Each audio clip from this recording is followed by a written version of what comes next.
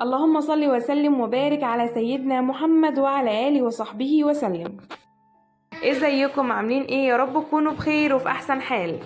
هنعمل النهاردة مع بعض حاجات حلوة جدا جدا، حاجات سهلة وبسيطة مختلفة شوية عن الطبيخ بقى والحاجات اللي احنا زهقنا منها من قبل رمضان. تمام، عايزين نغير وننوع ونصنف بحاجات بسيطة جدا. هجيب كوباية من الدقيق، هحط عليها رشة من الخميرة الفورية، هحط عليها معلقة صغيرة من السكر، رشة ملح، رشة فانيليا بودرة، او لو عندك اللي هي السايلة ممكن تحطي نقطتين. تمام. دي عجينة هحضرها معاكم، هغطي بيها الطاجن اللي انا هعمله، البرام اللي انا هعمله. وهعمل منها رغيف. هو فاضت حتة عجينة مني، عملت منها رغيف تحفة جميل جدا. الرغيف ده بجد لو اتباع بره مش اقل من 20 جنيه في ظل الظروف اللي احنا فيها دلوقتي دي. ممكن تعملي كميه كبيره وتخبزيهم في البيت، هيبقوا حلوين قوي قوي وهيملوا البيت بركه وخير ورزق. العجين في البيت حلو جدا وبيعمل روح حلو قوي في البيت. المهم هسيبها هنا، وحطيت حبه من الزيت وحطيت حبه من اللبن، عجنت بيهم مع الميه وهسيبها على جنب.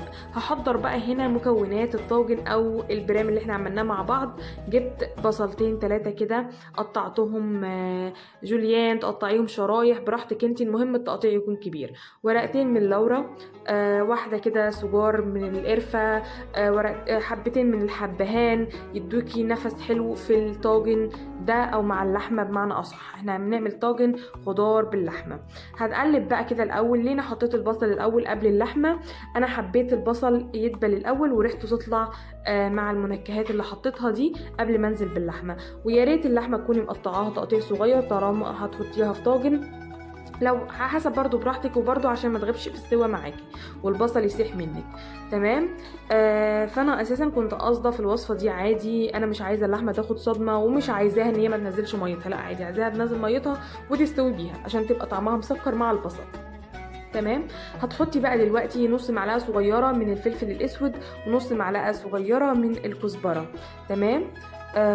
ما حطيتش ملح نهائي خالص في الاول الا لما اللحمه تستوي علشان ما تغيبش معايا في السوا. ومكعب واحد ماجي. وهنحط دلوقتي معلقه واحده من الصلصه. مش متوفر صلصه ممكن تبشري طماطمتين وتحطيهم عادي. تمام. وهقلب بقى كل الحاجات دي كويس جدا جدا.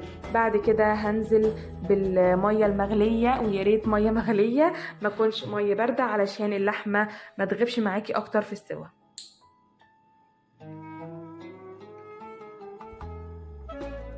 هغطي بقى كده اللي انا عملته ده. هغطي اللحمه كده بالميه بس يا دوبك، بس هي تتغطى مش اكتر. وهغطيها بقى واسيبها تستوي براحتها خالص خالص. سيبها الاول تغلي، بعد كده سيبها على نار هاديه. واول ما تستوي واللحمه تستوي معاكي تستوي سوا كامل زي ما هتشوفي دلوقتي، تبدأي بقى تنزلي عليها بالخضار اللي عندك، اي خضار انت عايزاه. انا حبيت احط فلفل الوان، بسله، جزر من اللي انا فرزاهم، بطاطس، عندك كوسه حطي، حابه تحطي جزر شرايح انت، من لو مش شايله حاجات في الفريزر قطعي عادي وحطي. كده كده هيستوي وهيبقى برضو زي الفل. اي خضار عندك حتى لو نوع واحد مش مشكله حطي. تمام. انا هنا عشان البطاطس اللي عندي ما كانتش كتيره قوي اللي انا كنت عاملاها معاكم في كيس الخضار، فحبيت ان انا اقطع بطاطسايه كمان كده اضافيه زياده يعني. وحطيت كميه فلفل حلو جدا، حطيت حوالي 4 قرون فلفل رومي كانوا احمر كده على اخضر.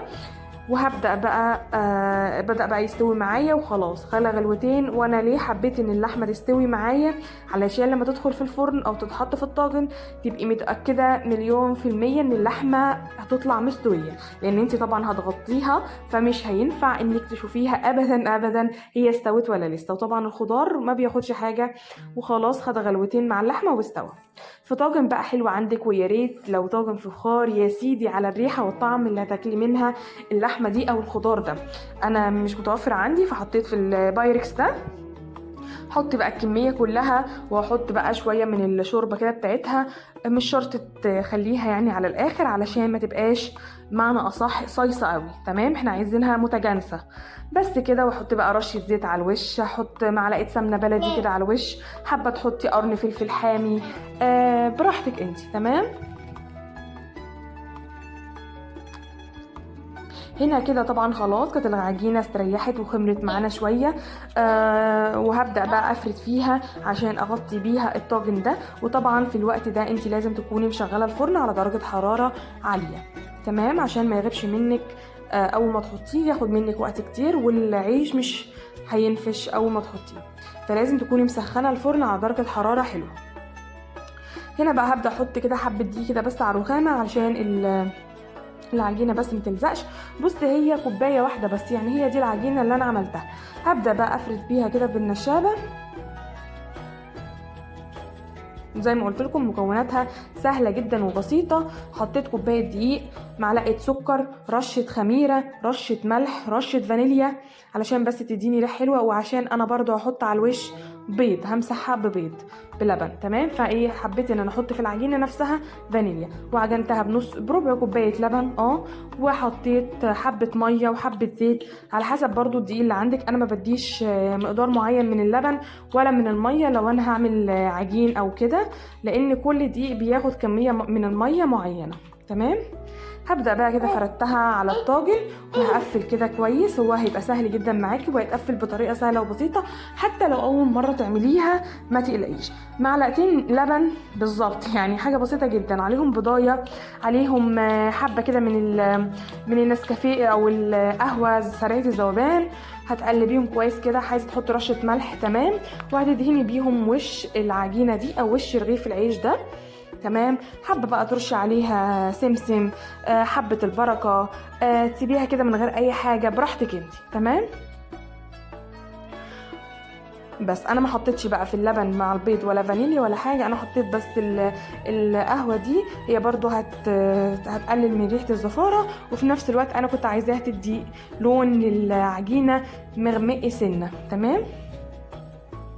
بس كده على درجة حرارة عالية زي ما قلت لك. هتدخليها اول ما تبدأ تحمر كده هتقفليه فوق، طبعا هو الفرن شغال فوق وتحت مع بعض. اول ما لقيتها بدأت تحمر قفلت فوق. هجيب بقى هنا معايا شوية رز كده، كوباية من الرز المغسول، هعمل رز معمر او رز المدسوس، وهحط عليه حبة ملح، هتقلبيهم مع بعض بشوية لبن.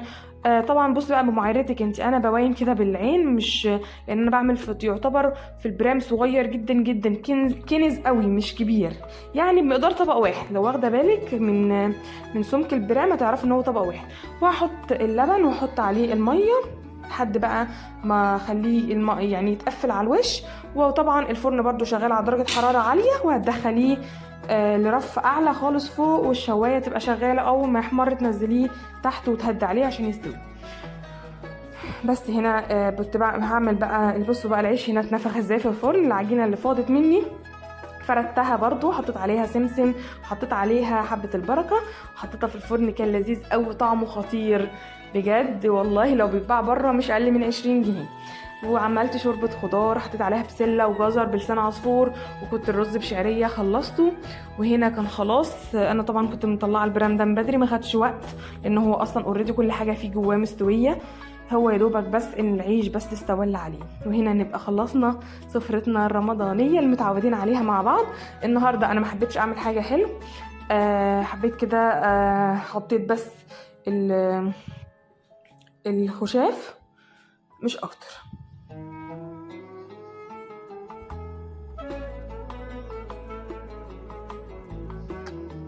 وفي الوقت ده كان لسه الرز المعمر في الفرن، وهنا كان خلص خلاص، وبجد كان ريحته رهيبه وطعمه خطير جدا. انا بعمل كده بمقدار قليل، يعني اللي حابب بالشعريه ياكل، اللي حابب معمر ياكل، يعني كل واحد ايه على حسب مزاجه، تمام. بس وكده كنا خلصنا خلاص. ويا رب يكون الفيديو عجبكم. ما تنسوش تعملوا لايك للفيديو، تشتركوا في القناه لاول مره تشوفوا فيديو ليا او اول مره تشوفوا قناتي. انا نور العياط. بصوا بقى انا هنا بوريهولكوا لما افتحه بيبقى طري من جوه، حلو قوي قوي. ويا ريت اول ما تخرجوه من الفرن ترشوا عليه كده رشه ميه علشان ما ينشفش منك، عشان يفضل طري بس كده. والعيش ده جميل جدا، تغمزي بيه كده بقى الحاجات اللي جوه الطاجن دي، بجد طعمه رهيب جدا، هيعجبكم خالص. والسلام عليكم ورحمه الله وبركاته.